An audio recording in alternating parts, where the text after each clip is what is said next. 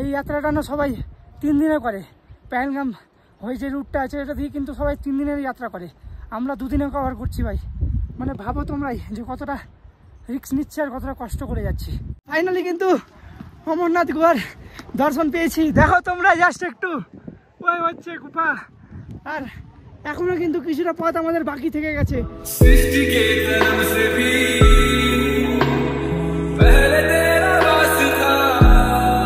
গোটা পৃথিবীর সবচেয়ে কঠিনতম যাত্রা হচ্ছে এই অমরনাথ যাত্রা। প্রতি বছর প্রায় লক্ষ লক্ষ ভক্ত দুর্গম পথ পাড়ি দিয়ে ফিরবো না জেনেও পৌঁছয় এই অমরনাথ গুহায়। কথায় আছে, মনে যদি মহাদেবের প্রতি ভক্তি থাকে, মহাদেব ঠিকই তাকে নিজের কাছে ডেকে নেয়। তো গাইজ, আমরা ভারতবর্ষের এমন জায়গা থেকে বিলং করি না, মুর্শিদাবাদ, যেটা আজকে ভারতবর্ষের প্রত্যেক কোনায় কোনায় জানে। ইন্ডিয়ান আর্মি পর্যন্ত বলছে ভাই যে ঘটনা ঘটেছে মুর্শিদাবাদের, ওগুলো বলছি না, বলাটা ঠিক হবে না। তো সত্যি খুব খারাপ লাগলো যে আমাদের মুর্শিদাবাদকে এই কারণে গোটা ভারতবর্ষ চিনছে। আর দেখো শুধু রাস্তা কিন্তু ঢালু, ওঠার রাস্তা কিন্তু খুব কম পরিমাণ রয়েছে, শুধু নেমে যাব, অর্থাৎ অসুবিধা হবে না। ইন্ডিয়ান আর্মি রয়েছে, তারপর সিআরপিএফ জওয়ানরা কিন্তু রয়েছে। তারা বলল যে আপ যা सकते, পুরা ডাউন চড়াই है। আর একে কিন্তু বলছে, একে ধরে বলছে এজ কিতনা है, মানে ওরা ভাবছে যে এর বয়স সব মতে 15-16 হবে। আর যখনই বললাম এর বয়স 21, তখনই চমকে গেছে। এই পঞ্চতরণীতে কিন্তু হেলিপ্যাড রয়েছে আর ভান্ডারা কিন্তু প্রচুর রয়েছে। এই দেখো ভান্ডারা, দেখো অনেক ভান্ডারা রয়েছে। যারা হেলিকপ্টারের মাধ্যমে বা চপারের মাধ্যমে আসবা, তারা কিন্তু এখান থেকে ট্রেক করে যেতে হবে অমরনাথ পবিত্র গুহা পর্যন্ত। কোথায় কালেক্ট করলি এটা? ভোলে ভান্ডারি। তুই তো শুধু খেয়ে যাচ্ছিস যা দেখছি। হ্যাঁ, পিচ্ছি মানে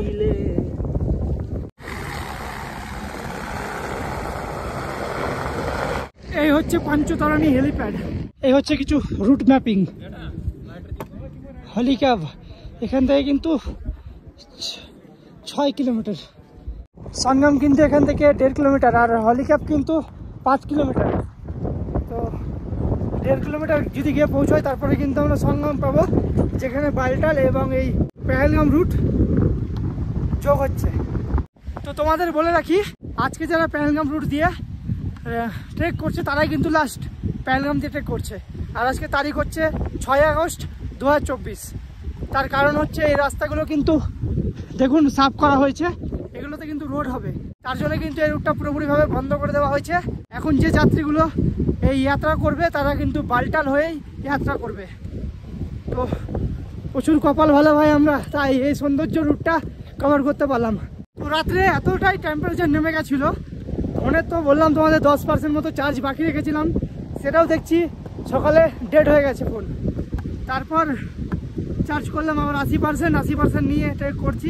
চার্জ প্রায় আবার 30% মতো হয়ে গেছে। আর এখনও ট্রেক কিন্তু 5 কিলোমিটার বাকি। কি করব বুঝতে পারছি না, ছবি কী করে তুলবো, ভিডিও কী করে করবো, কিছু বুঝতে পারছি না। আর ক্যামেরা এনেছি ব্যাকআপে, ক্যামেরাতে ফুল চার্জ করে এনেছিলাম, জানি বেশিক্ষণ ব্যাকআপ দেয় না। তো এখন চেক করছি, ভাবলাম যে ফোনটা রেখে দেবো অফ করে, ক্যামেরাতে ভিডিও করবো, অন করছি তো দেখছি 30% চার্জ। ওটাও ব্যাটারি ডেন্ট হয়ে গেছে এই টেম্পারেচারের জন্য। দেখো বরফ কি আরে পড়ে রয়েছে, দেখো জাস্ট ভাই, পুরো কিন্তু নিচ পর্যন্ত দেখো পড়ে আছে। আমি কিন্তু আগে থেকে জানতাম যে শিবলিঙ্গ গলে গেছে, এখানেও অনেকজন বলছে যে শিবলিঙ্গ গলে গেছে। ভাই এসছি ভাই শুধু স্বপ্নের জন্য, স্বপ্ন পূরণের জন্য। এই সংগ্রাম টপটাই কিন্তু খুব কঠিন। দেখো জাস্ট এই দিক দিয়ে ট্রেক করে কিন্তু আমাদেরকে উঠে, দেখো জাস্ট ওই দিক দিয়ে উঠে আবার ওই দিকে যেতে হবে, তারপর কিন্তু ওখানে আবার উঠতে হবে। ও ভাই অনেকটাই কিন্তু ডিফিকাল্ট, বুঝতে পারছি না। এনার্জি কিন্তু একটু আর্মি অফিসাররা বললো 1 কিলোমিটারের চড়াই আছে, চেষ্টা হয়ে যাক এটা কোনো মতো। শুভঙ্কর মানে শুভ যেহেতু পারছে না, ওর শরীর খারাপ, কিন্তু প্রচণ্ড শরীর অসুস্থ হয়ে পড়েছে, তার জন্য ওর জন্য ঘোড়া করে দিয়েছি। 350 টাকা চাইলো। ভাই কিন্তু চেপে গেছে ঘোড়াতে, আর আমাদের ব্যাগগুলো কিন্তু দিয়ে দিলাম, 100 টাকা করে নিল। যাক অনেকটা কিন্তু রিল্যাক্স হলাম।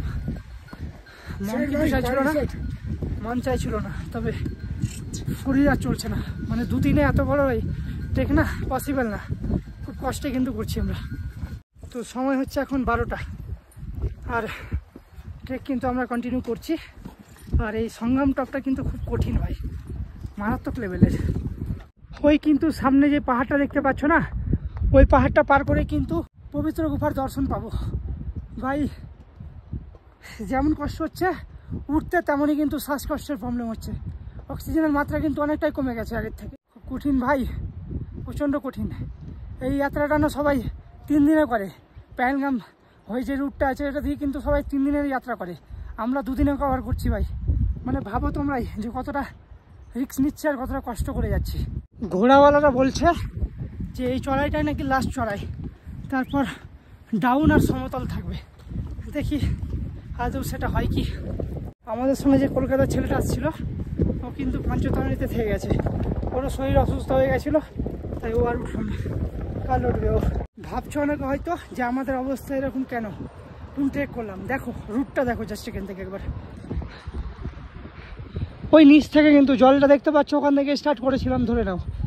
ঘুরতে ঘুরতে ঘুরতে ঘুরতে দেখো কোন দিক দিয়ে উঠলাম। ধুলো দেখো, রাস্তায় ধুলো দেখো জাস্ট। কিছু না হলেও ধুলোটা কিন্তু প্রচণ্ড খাচ্ছে। পঞ্চতরণী পার করে কিন্তু শুধু ধুলো খাচ্ছি, অবস্থা খুব খারাপ ভাই। সার না করলে না আরও অবস্থা খারাপ হয়ে যাবে আমাদের, যা বুঝতে পারছি। এই সংগ্রামের যেই টপটা আছে না, বেশিরভাগই দেখছি আমরা দুজনে হেঁটে এলাম আর সামনে কৌশিক হেঁটে গেছে। তারপর কোনো যাত্রীকে দেখলাম না যে হেঁটে উঠছে, সবাই কিন্তু ঘোরা করে নিচ্ছে। তোমরা যদি চাও এই শুধু টপটা পার করার জন্য ঘোরা নিতে পারো। 300 থেকে 400 টাকা সামথিং নেবে, তবে বার্গেনিং করবে, বার্গেনিং করলে কমে যাবে। ওই নিচ থেকে কিন্তু ঘোরা করলাম ওর জন্য যখন, তখন 350 টাকায় 3টে ব্যাগ দিয়ে ওকে নিয়ে 350 টাকা নিলে একদম ক্যাবের 1 কিলোমিটার পর্যন্ত আগে নামিয়ে দেবে। আর তোমরা যদি চাও যে না শুধু এই টপটা পার করবে, সেক্ষেত্রেও কিন্তু হবে ঘোড়া ভাড়াদের সঙ্গে কথা বললে। রেটেরা প্রচুর বলবে, বার্গেনিংটা করে নেবে ঠিকঠাক, তাহলেই হলো। তো এই পেহেলগাম থেকে এই অমরনাথ গুহার কিছু রহস্য তোমাদের বলি। জানি না কতটা ভয়েস তোমাদের কাছে যে পৌঁছাচ্ছে, তবে তোমাদের বলছি যে মহাদেব যখন মাতা পার্বতীকে নিয়ে এই অমরনাথ গুহার সন্ধানে আসে, মাতা পার্বতীকে অমরত্বের জ্ঞান দেওয়ার জন্য, তখন কিন্তু মহাদেব নন্দীকে পেহেলগামে রেখে আসে এবং চাঁদকে চন্দনওয়াড়িতে রেখে আসে, আর শেষনাগে মহাদেবের শেষনাগকে রেখে আসে। তারপর গণেশকে কিন্তু গণেশ টপে রেখে আসে এবং পঞ্চতরণীতে কিন্তু 5টা শক্তিকে রেখে এসেছিল: জল, বায়ু, অগ্নি, মাটি এবং পৃথিবী। তারপরে কিন্তু মহাদেব মাতা পার্বতীকে অমরত্বের জ্ঞান দিয়েছিল এই অমরনাথের পবিত্র গুফায়। তো মহাদেব যেহেতু মাতা পার্বতীকে অমরত্বের জ্ঞান দিত, তার জন্যই কিন্তু বাকি সবাইকে আগেই রেখে মাতা পার্বতীকে নিয়ে এই অমরনাথ গুফার দিকে এগিয়ে গেছিল। যেহেতু অমরত্বের জ্ঞান যে শুনে নিত সে কিন্তু অমর হয়ে যেত, তার জন্যই বাকি সবাইকে আগেই রেখে মাতা পার্বতীকে নিয়ে মহাদেব অমরনাথের দিকে এগিয়ে গেছিল। তবে মহাদেব যখন অমরনাথ গুফায় মহাদেব যখন মাতা পার্বতীকে অমরনাথের জ্ঞান দিচ্ছিল, তখন মাঝে কিন্তু মাতা পার্বতী ঘুমিয়ে পড়েছিল। তারপর পুরো কথাগুলো কিন্তু 2টি পায়রা শুনে ফেলেছিল। তারপর কিন্তু মহাদেব রেগে তাদের অভিশাপ দিতে চেয়েছিল, তবে ভেবে দেখেছিল যে না, আমি প্রথমে যখন এটা বলেছি তো এরপরে এদেরকে শ্রাপ দেওয়াটা ঠিক হবে না। তার জন্যই কিন্তু সেই 2টো পায়রা কিন্তু আজও অমর রয়ে গেছে সেই অমরনাথ গুফায়। তো যাই, তোমাদের দেখানোর চেষ্টা করব। আমি অনেক কিন্তু রিলস দেখেছি, অনেক ভিডিও দেখেছি, যেগুলোতে আমি দেখতে পেরেছি সেই পায়রা দুটোকে। কিন্তু এদিক দিয়ে এলাম, আর এই রুটটা হচ্ছে কিন্তু বালটাল রুট, আর আমাদের কিন্তু এদিক দিয়ে যেতে হবে গিয়ে। তো চলো যাওয়া যাক। দেখো জাস্ট ঘোড়ার ভিড়টা দেখো, এইটাই কিন্তু নেমে যাচ্ছে বালটালের দিকে। বেশি দেরি করবো না, এগোনো যাক। এখান থেকে সম্ভবত 2 থেকে 3 কিলোমিটার ডিস্টেন্স হবে অমরনাথ গুফার। এই যে রাস্তাটা দেখলাম এটা কিন্তু বালটাল যাওয়ার ঘোড়ার রুট, আর ওই যে রাস্তাটা দেখতে পাচ্ছ এটা কিন্তু ট্রেকিং রুট বালটাল যাওয়ার, আর সামনেই রয়েছে কিন্তু অমরনাথ গুফা।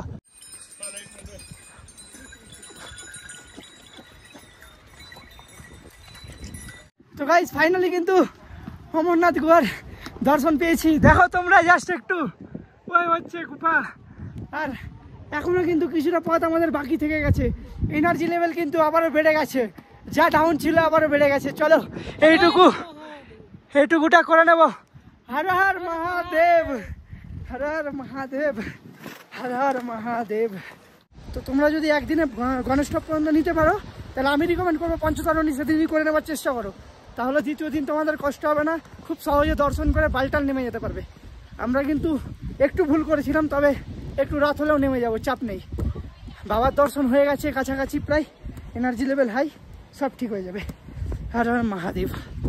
এই নদীতে বরফ কি আরে পড়ে আছে দেখো, আর একজন কিন্তু নেমেছে জল নিতে। দেখো ভাই কি সাহস জানে, সম্ভবত ওই সাইডটা দিয়ে নেমেছে, রাস্তা আছে দেখতে পাচ্ছি। বাবার পবিত্র গুফা কিন্তু দেখতে পেয়ে গেছি, ওই হচ্ছে উপরে। আর এখনো কিন্তু অনেকটা পথ বাকি রয়েছে। রাস্তার হালাত কিন্তু খুব খারাপ ভাই, অবস্থা খুব খারাপ রাস্তার। কখনো উঠতে হচ্ছে, কখনো নামতে হচ্ছে, এইভাবেই চলে যাচ্ছে আজকের পথ।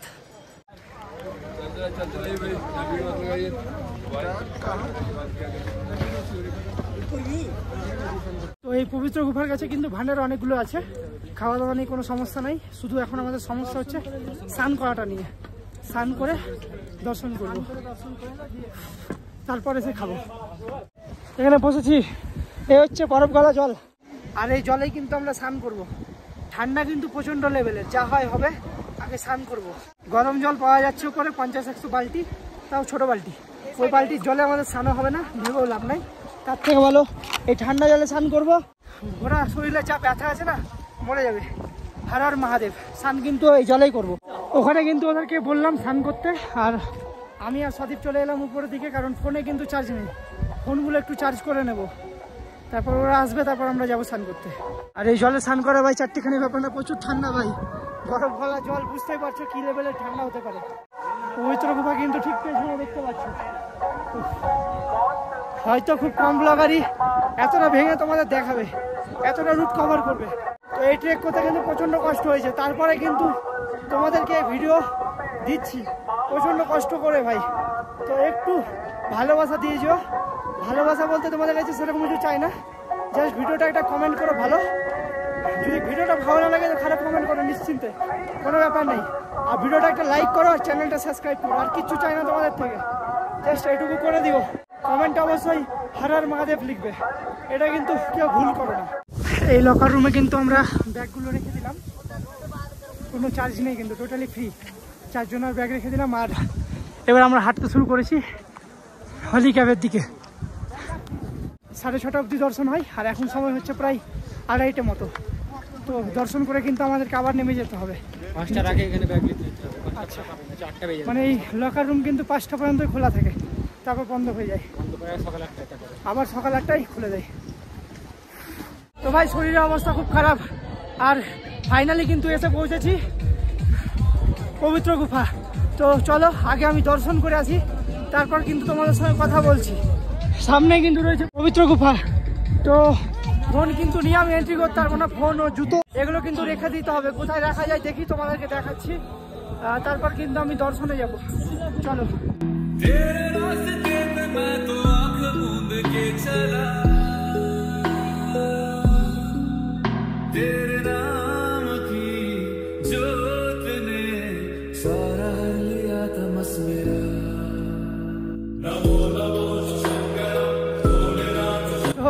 খুব ভালো কিন্তু দর্শন হলো, আর প্রসাদ কিন্তু নিয়ে নিয়েছি, 100 টাকা করে নিল এখানে প্রসাদ।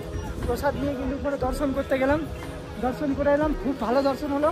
আর এখন কিন্তু ভিড় একদমই নেই, পুরোটাই ফাঁকা। আর জয় বাবা বরফানি, জয় বাবা বরফানি, জয় বাবা বরফানি। অনেক কষ্ট ভাই, এখনো পর্যন্ত সকাল থেকে কিছু খাইনি, জলও সেরকমভাবে একটুকুনো জলও ঠিকঠাক খাইনি। শরীর না একদমই টায়ার্ড হয়ে পড়েছে। উঠছিলাম যখন প্রচণ্ড কষ্ট হচ্ছিল, তারপরে ভাই আছি কোনো মতো না। তো গাইস ফাইনালি কিন্তু দর্শন করে নামলাম, তোমাদেরকে বললামই। আর শরীরের অবস্থা এখনও খুব ভালো নেই, শ্বাসকষ্ট হচ্ছে, সবারই কিন্তু শ্বাসকষ্ট হচ্ছে। অক্সিজেনের মাত্রা কিন্তু প্রচুর কমে গেছে এখানে। আর তোমাদের কোনো ভয় নেই, এখানে কোনো মেডিকেলি প্রবলেম হলে কিন্তু প্রচুর মেডিকেল আছে। ট্রিটমেন্ট কিন্তু তোমাদের ফ্রিতে হবে, কোনো চাপ নেই। আর এখানে ওঠার জন্য কিন্তু ব্যাগ, ফোন, জুতো সব রাখার জায়গা আছে, সব ফ্রি, সব ক্লক রুম রয়েছে। যখনই তোমরা উঠবে তখনই পাশে দেখতে পাবে, দুপাশে ওগুলো তো রেখে তোমরা দর্শন করে আসবে, তারপর কিন্তু এগুলো থেকে কেনাকাটা করে নিতে পারবে। আমরা কিন্তু এই রুদ্রাক্ষের মালা কিনবো না, অবশ্যই আমরা এখান থেকে রুদ্রাক্ষের ফল কিনে নেবো, ফলটাকে ছাড়িয়ে নেবো, এখানে 100 টাকায় 6 পিস বলছে, তো নিয়ে নেব। আমার কিন্তু প্রচণ্ড শ্বাসকষ্ট হচ্ছিল, আর ওখানে একটা অক্সিজেন পয়েন্ট থেকে অক্সিজেন নিলাম, পাশে অবশ্যই ভিডিওটা দেখতে পাচ্ছ। এখন অনেকটাই সুস্থ মনে হচ্ছে। চলো কিছু খেয়ে নিতে হবে, তারপরে কিন্তু বালটাল পৌঁছাতে হবে। এখানে কিন্তু থাকার কোনো স্টে অপশন নেই, তোমরা যদি থাকতে চাও এখান থেকে পেহেলগাম রুট গেলে 6 কিলোমিটার হাঁটতে হবে, তা আবার 6 কিলোমিটার হেঁটে গিয়ে পঞ্চতরণীতে স্টে করতে পারবে। তার থেকে ভালো এখান থেকে 12 কিলোমিটারে নেমে যাও বালটাল, বালটাল থেকে কাল সকালে বাস ধরে নিতে পারবো। তো আমরা আপাতত বালটালের উদ্দেশ্যে রওনা দিয়েছি। বালটাল থেকে কিন্তু কালকে বাস ধরবো। তোমাদের একটা জানকারি দিয়ে দিই, এই যে হচ্ছে লকার রুমগুলো, এগুলো কিন্তু প্রায় 5টার পর বন্ধ হয়ে যায়। তো 5টার মধ্যে তোমাদেরকে কিন্তু এই ব্যাগগুলো বা জুতোগুলো কালেক্ট করতে হবে, এটা কিন্তু মাথায় রাখবে। তো এই লকার রুমগুলো কিন্তু বন্ধ করে দিয়েছিল, কারণ 5:30 বেজে গেছে। অনেক রিকোয়েস্ট করার পর খুলছিল না। তো তোমরা আসলে এই ভুলটা কিন্তু করো না, নাহলে কিন্তু আবার পরের দিন সকাল 8টা নাগাদ নিতে হবে তোমাদেরকে ব্যাগ। অনেক রিকোয়েস্ট করার পর পেলাম কিন্তু। তো গাইস, অমরনাথের পর্বটা কিন্তু এতটাই রাখলাম। ভিডিওটা কেমন লাগলো অবশ্যই কমেন্ট করে জানিয়ে যাবে, আর ভিডিওটা ভালো লাগলে অবশ্যই একটা লাইক করে যাবে। আর আমার চ্যানেলে নতুন বারের জন্য এসে থাকলে অবশ্যই চ্যানেলটা সাবস্ক্রাইব করে দেবে। হর হর মহাদেব, জয় বাবা বরফানি।